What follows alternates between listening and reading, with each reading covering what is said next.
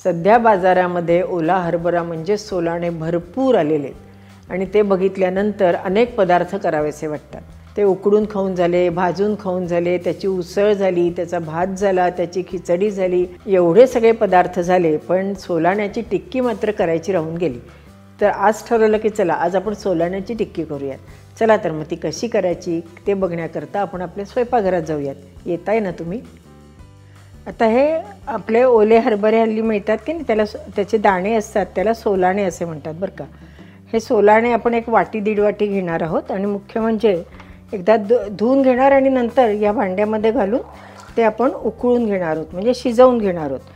धुतलं की त्याच्यावरती काही कचरा वगैरे असेल तर तो निघून जातो। या भांड्यामध्येच नेहमीसारखं आपण गॅसवर उकडतो ना त्याप्रमाणे उकळून घेऊयात। साधारण एक 5-6 मिनटं आपले हे ओले हरभरे उकडून झालेले आहेत। असे दाबून बघायचे, म्हणजे छान असे जर ते मऊ झालेले दिसले की आपण आपले हरभरे शिजले तसं समजू शकतो। आता ह्याच हरभऱ्यांचे आपल्याला 2-3 प्रकार करता येतात।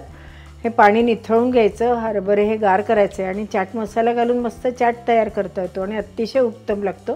किंवा नुसतं मीठ घालून उकडून जरी खाल्ले ना तरीसुद्धा ओले हरभरे हे अतिशय चविष्ट होतात। आज आपण त्याच्या टिक्की करणार आहोत। सोलाणे पाणी निथळून आपण मिक्सरच्या भांड्यात घेतलेत।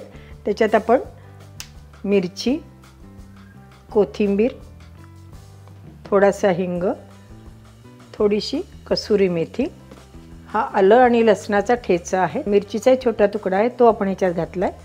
आणि आता आपण हे मिक्सरवर थोडंसं जाडसर असं वाटून घेणार आहोत। मिक्सरमध्ये आपण हे वाटून घेतले। आता हे आपण एका भांड्यात काढून घेऊयात बरं का। याच्यात चवीपुरतं मीठ, आधी आपण ह्याच्यात बटाटा पण घालून घेऊयात, कारण काय की आपलं मिठाचं वगैरे प्रमाण बिघडायला नको नाही का। याच्यात आता आपण उकडलेले बटाटे किसून घालूया। 2 बटाटे आपण मध्यम आकाराचे घेतले ते घालून घेऊयात। आता त्यातले आपल्याला मिश्रणात किती लागत आहेत ते आपण अंदाज घ्यायचा।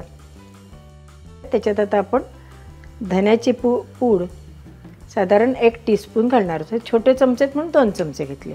आलं लसूण मिरची वाटतानाच घातले, त्यामुळे आता काही आपल्याला परत काही घालायला नको। आता 1 छोटा चमचा गरम मसाला, थोडासा जास्त।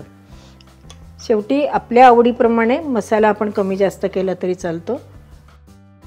थोडीशी कोथिंबीर घातली आणि आता आपण हे सगळं एकजीव करून घेऊया। आता आपलं हे सगळं छान मळून झालंय। मुख्य तळायची नाही बरं का, आपल्याला शॅलो फ्राय करायची। आपल्याला हवी तशी लहान मोठ्या आकारात हे करून घ्यायची। मी लहानच करणार आहे, हे खायला सोपी जाते। या आकारात सगळे आपण करून घेऊयात। आता अशा आपण आकाराच्या या 5-6 टिक्की करून घेतल्यात। आता एकीकडे तवा तापत टाकला, ह्याच्यात आपण शॅलो फ्राय करूयात और बाकीच्या करूयात। साधारण मध्यम आकाराचे 2 उकडलेले बटाटे आणि 200 ग्रॅम जर आपण सोलाणे घेतले तर त्याच्यामध्ये अंदाजे 12 ते 15 आपल्या टिक्की तयार होतात। आता याच्यावर आपण तेल घालून घेऊयात। तेल तापलं की त्याच्यावर आपण आपल्या ह्या टिक्की ज्या आहेत त्या घालून घेऊयात।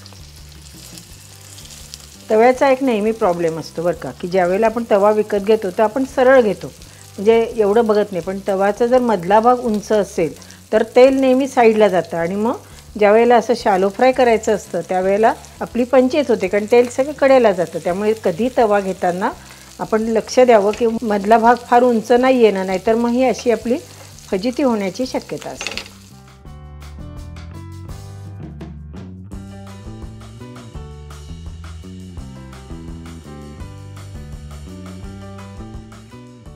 असं दोन्ही बाजूने आपण आता खरपूस भाजून घेऊयात।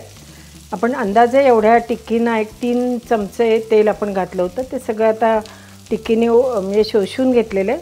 हे चांगलं दोन्ही बाजूने आता खरपूस झाल्यानंतर आपण ह्या टिक्की सर्व करायला घेऊयात।